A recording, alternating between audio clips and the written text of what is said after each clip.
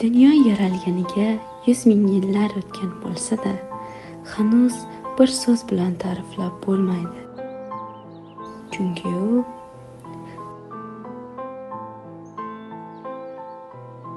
ba'zilar uchun shirin, ba'zilar uchun esa achchiq, ba'zilar uchun mehribon, ba'zilar uchun esa achinarsiz ko'rinadi.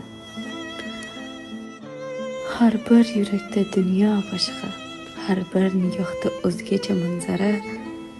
Kimdir kuladi, kimdir yig'laydi, kimdir orzu qiladi, kimdir orzusidan qo'rqadi.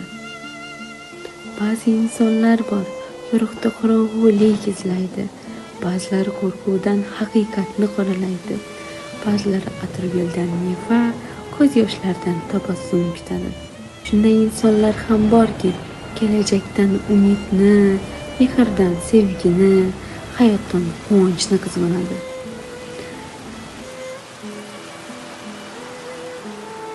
Sakkiz milliard yurak, 8 milliard hikoya. Baxtli baxtni, baxtsiz baxtsizlikni keyingi avlodga o'tkazadi. Ammo ular ham dunyo kartinasining bir bo'lagi. Atrofga boqsak, baxtsizlik, umidsizlik va qo'rquv soyasi kengaygan. Ammo shu qorong'ulik ichida bir nur bor.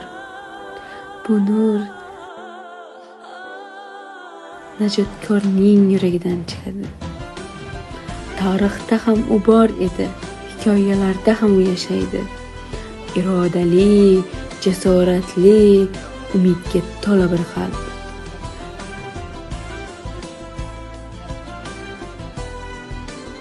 Ha, bor bunday inson, jasorat bilan yolg'onni yenggan, mehr bilan ming jangni bosgan, adolat bilan og'riqni yumshatgan, rostlik bilan bu dunyoni zabt etib kelayotgan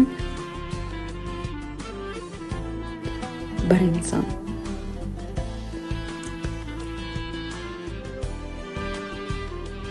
Olimlar aytishicha, yerning muvozanati shunchalar nozik ekanki, kuchliroq bo'lganda yer parchalanar, sustroq bo'lsa magnit yoqilar ekan. Mana shu muvozanatda yashovchi inson bizni ham shu nozik chiziqda ushlab turadi.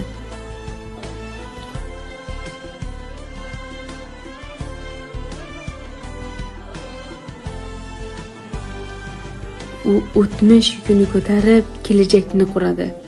U soxtalikdan yiroq, rostgo'ylik, tirishqoqlik va mas'uliyatla yashaydi. U bizga maqsadni eslatadi. Bo'shlig'imizni adolatli ravishda to'ldirib, dunyo kartinasidagi o'rnimizni ko'rsatadi. U har kuni hayot davom etayotganini his qildiradi. Har bir dardning davosini, har bir savolning javobini va har bir ehtiyojning chorasini his qilguchidir.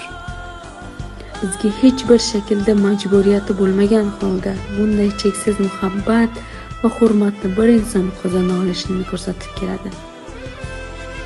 Shunday kamtarona bizni hayotimizda birga turib, eng og'ir yukni ko'tarib yashaydi.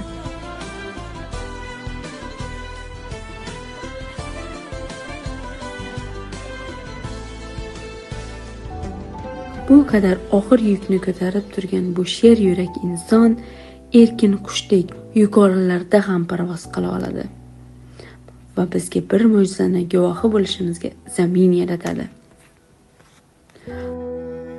Har bir hikoyasida hikmat bo'lgan bu inson haligacha yashab o'tgan mazmunli tarixi tugalmas, bitmas ibratla to'la. Qalblarda bunday go'zal joy egallagan inson bizga nafaqat o'zini sevdirdi, balki o'zimizni, hayotni va hayotimizdagi barcha mazmunli borliqni umid bilan qarshilashimizni saqladi. Ha, hayotda shunday go'zal iz qoldiruvchi insonlar ham bor ekan. Shular bilan yashlarkan bu hayot, shular bilan rang topa olar ekan bu olam. Shunday ekan, dunyoyimizga qanday so'z bilan ta'rif berish o'z qo'limizda ekan. Demak, hayot davom etmoqda.